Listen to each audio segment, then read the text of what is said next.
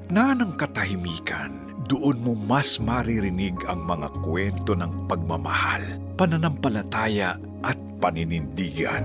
Ramdam mo ba? Oo, Ibig sabihin ay, buhay ako. Kailangan ka niya sa tabi niya ngayon. Then Came You, 2:30 p.m. Habemus Papam.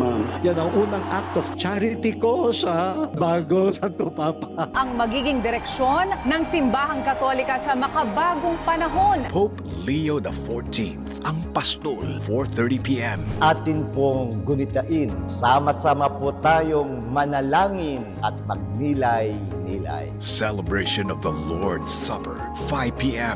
nag-viral yung video namin ni Tupe. Oops, may napo-fall ulit. Natuto na po ako.